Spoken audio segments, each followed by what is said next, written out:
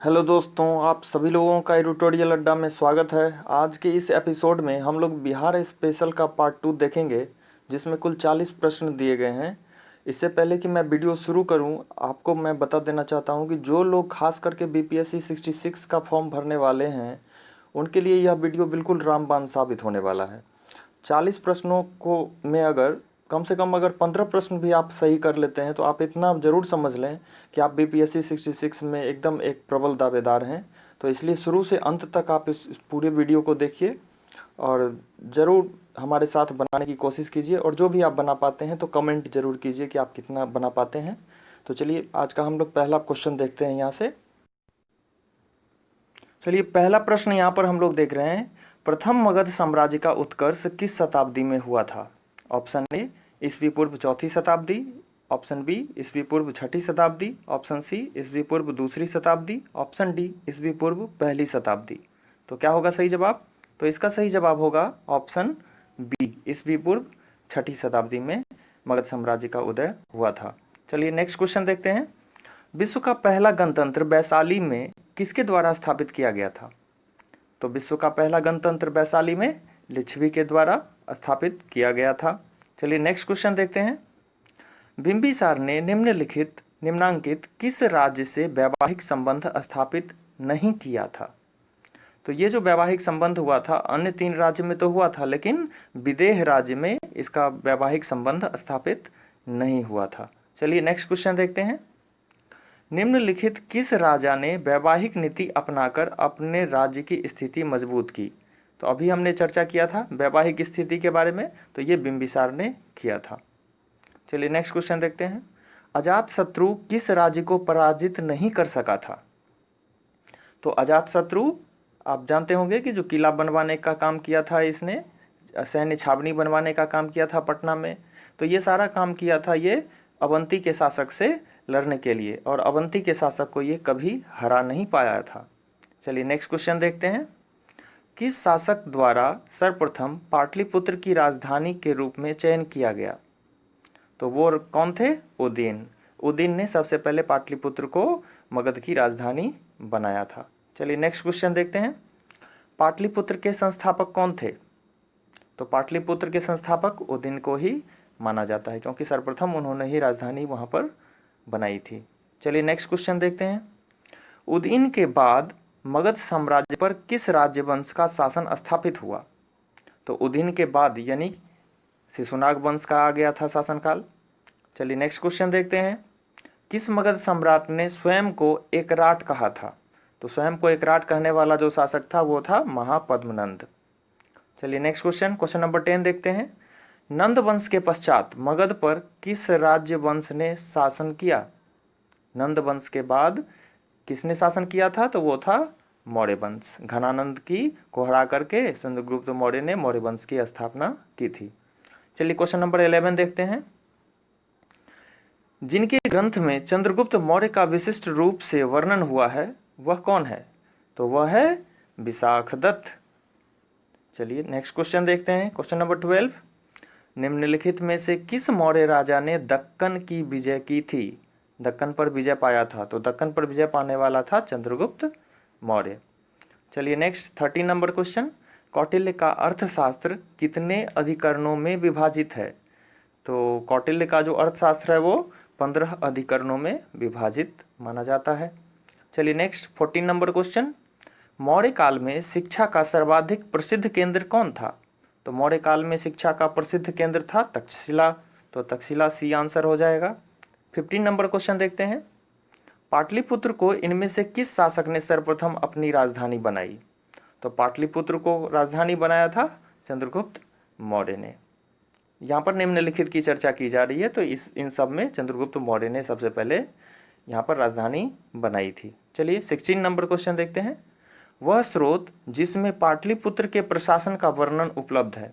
तो पाटलिपुत्र के प्रशासन का उपलब्ध मिलता है वर्णन इंडिका में, जो मेगास्थनीज के द्वारा लिखी गई थी। चलिए 17 नंबर क्वेश्चन देखते हैं। अर्थशास्त्र के अनुसार सीता भूमि का अभिप्राय क्या है? तो अर्थशास्त्र के अनुसार सीता भूमि का अभिप्राय है जनजातियों द्वारा जोती जाने वाली भूमि।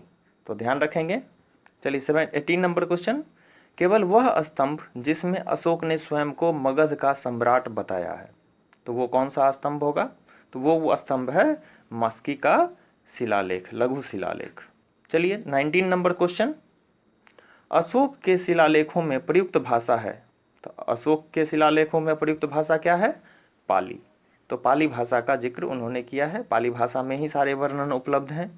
चलिए 20 नंबर क्वेश्चन देखते हैं, गुप्त सम्राट जिसने हुनों को पराजित किया था, तो हुनों को पराजित करने वाला था स्कंदगुप्त। तो ध्यान रखेंगे इस क्वेश्चन को, ये काफ़ी फेमस क्वेश्चन है, अक्सर एग्जाम में आ जाते हैं। चलिए 21 नंबर क्वेश्चन देखते हैं, मौर्य वंश के पश्चात किस वंश का राज्य स्थापित हुआ था? तो मौर्य वंश के बाद स्थापित हुआ था शुंग वंश का, लेकिन इसी के समकालीन दक्षिण भारत में या दक्कन के क्षेत्रों में कह सकते हैं सातवाहन वंश का अभ्युदय हुआ था। चलिए नेक्स्ट 22 नंबर क्वेश्चन, लगभग 1 लाख वर्ष पूर्व बिहार में विकसित होने वाली आरंभिक पूर्व प्रस्तर युगीन औजारों के अवशेष कहाँ से प्राप्त हुए हैं? तो ये अवशेष प्राप्त हुए हैं मुंगेर और नालंदा जिले से। चलिए नेक्स्ट 23 नंबर क्वेश्चन देखते हैं हम लोग यहाँ पे, नवप्रस्तर युग के अवशेष छोटे आकार के पत्थर तथा हड्डियों के बने औजार कहाँ से प्राप्त हुए हैं? तो नवप्रस्तर युग के जो छोटे औजार वगैरह प्राप्त हुए हैं वो प्राप्त हुए हैं सारण और वैशाली से। चलिए नेक्स्ट 24 नंबर क्वेश्चन देखते हैं, बिहार में ऐतिहासिक युग का आरंभ कब से माना जाता है? तो बिहार में जो ऐतिहासिक युग का आरंभ माना जाता है वो उत्तर वैदिक काल से माना जाता है। चलिए नेक्स्ट 25 नंबर क्वेश्चन देखते हैं, बिहार में बौद्ध धर्म तथा जैन धर्म का विकास कब से माना जाता है? तो बौद्ध धर्म और जैन धर्म का जो विकास है वो 6ठी शताब्दी से ही माना जाता है। नेक्स्ट 26 नंबर क्वेश्चन, भारत में लौह का उपयोग कब से माना जाता है? तो भारत में लौह का जो उपयोग है वो लगभग 1000 ईस्वी पूर्व से माना जाता है। चलिए नेक्स्ट 27 नंबर क्वेश्चन देखते हैं, सिंधु सभ्यता के सबसे उन्नत चरण का काल कब से कब तक माना जाता है? बहुत सारे विवरण इसमें उपलब्ध कराए गए हैं अलग अलग कालों के, लेकिन सबसे उन्नत काल जो था वो 2500 ईस्वी पूर्व से 1500 ईस्वी पूर्व का माना जाता है। नेक्स्ट 28 नंबर क्वेश्चन देखते हैं यहाँ पे, भारतीय इतिहास से संबंधित लिखित जानकारी के सबसे प्राचीन स्रोत क्या है? तो लिखित जानकारी के सबसे प्राचीन स्रोत जो है वो हैं वेद, तो वेद डी आंसर हो जाएगा। नेक्स्ट 29 नंबर क्वेश्चन देखते हैं हम लोग, भगवती सूत्र के अनुसार अजातशत्रु अपने किस मंत्री की सहायता से वज्जी संघ के सदस्यों में फूट डालकर उनकी शक्ति को कमजोर कर युद्ध जीता था? तो ये भगवती सूत्र में स्पष्ट वर्णन है, ये वत्सकार एक मंत्री हुआ करते थे जिन्होंने वज्जी संघ में फूट डाल करके वहाँ के नेताओं को, वहाँ के मंत्रियों को आपस में लड़ा करके ये जीत हासिल की थी। चलिए नेक्स्ट 30 नंबर क्वेश्चन देखते हैं, किस मगध शासक ने अवंती के राज्य पर विजय पाई थी? तो अवंती राज्य पर विजय पाने वाला जो पहला मगध शासक था वो था शिशुनाग। चलिए next 31 number question, Firoz Shah Tughlaq द्वारा बिहार के प्रसिद्ध संत शेख अहमद चिरमपोश तथा राजगीर के जैन मंदिरों में अनुदान देने की चर्चा किस अभिलेख में मिलती है? तो उस पुस्तक का नाम है सीरते फिरोज शाही, जिसमें वो स्पष्ट वर्णन है कि वो जैन मंदिरों में दान भी दिए थे और शेख अहमद चिरमपोश से उनकी एक वार्ता भी हुई थी, मुलाकात भी हुई थी। चलिए नेक्स्ट क्वेश्चन देखते हैं, किसने 1504 ईस्वी में बंगाल से संधि कर मुंगेर को बंगाल बिहार का सीमा निर्धारित किया? 1504 ईस्वी में, तो वो था सिकंदर लोदी। चलिए नेक्स्ट 33 नंबर क्वेश्चन देखते हैं, बिहार में नुहानी शासकों की सत्ता किस युद्ध के बाद समाप्त हो गई थी? तो नुहानी ताकतों की सत्ता जो समाप्त हो गई थी वो था दौरा का लड़ाई 1532 ईस्वी में। चलिए नेक्स्ट 34 नंबर क्वेश्चन देखते हैं, पटना में दुर्ग तथा पटना को बिहार की राजधानी बनाने की चर्चा किस रचना में मिलती है? तो उस रचना का नाम है तारीखे दाऊदी। चलिए नेक्स्ट 35 नंबर क्वेश्चन, चाणक्य द्वारा कितने करशापन देकर चंद्रगुप्त को खरीदा गया था? तो वो रकम थी 1000 करशापन, क्योंकि उस समय करशापन मुद्रा की एक यूनिट हुआ करती थी, जिस तरह आज हम रुपया कहते हैं।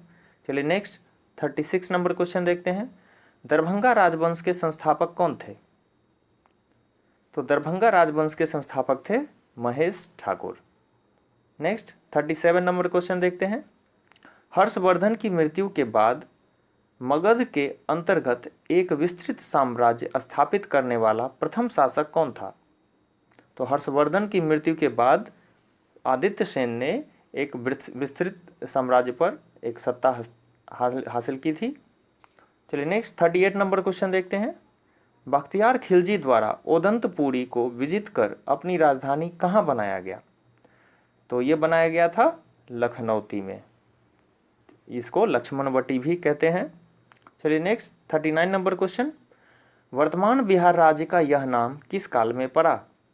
तो तुगलक काल में इसका वर्तमान स्वरूप जो है, ये वर्तमान नाम ये बिहार पड़ा तुगलक काल में, जो विहार से बिहार बन गया। चलिए नेक्स्ट लास्ट और 40 नंबर क्वेश्चन देखते हैं। पाल वंश का द्वितीय संस्थापक किसे माना जाता है? तो पाल वंश का द्वितीय संस्थापक जो माना जाता है वो महिपाल को माना जाता है। तो बहुत ही कम समय में हमने 40 प्रश्न को हल करने की कोशिश की है। तो यहाँ पर हमारा एपिसोड ख़त्म होता है। अगर आप लोगों को ये वीडियो अच्छा लगा होगा, अगर कंटेंट इसके काफ़ी आपके लिए लाभप्रद होंगे, तो ज़रूर वीडियो को सब्सक्राइब करें हमारे चैनल को, और वीडियो को लाइक करें, शेयर करें, अपने दोस्तों में ज़रूर इसको शेयर करें। तो ये वीडियो देखने के लिए आप लोगों का बहुत बहुत धन्यवाद। आपका दिन शुभ हो। नमस्कार।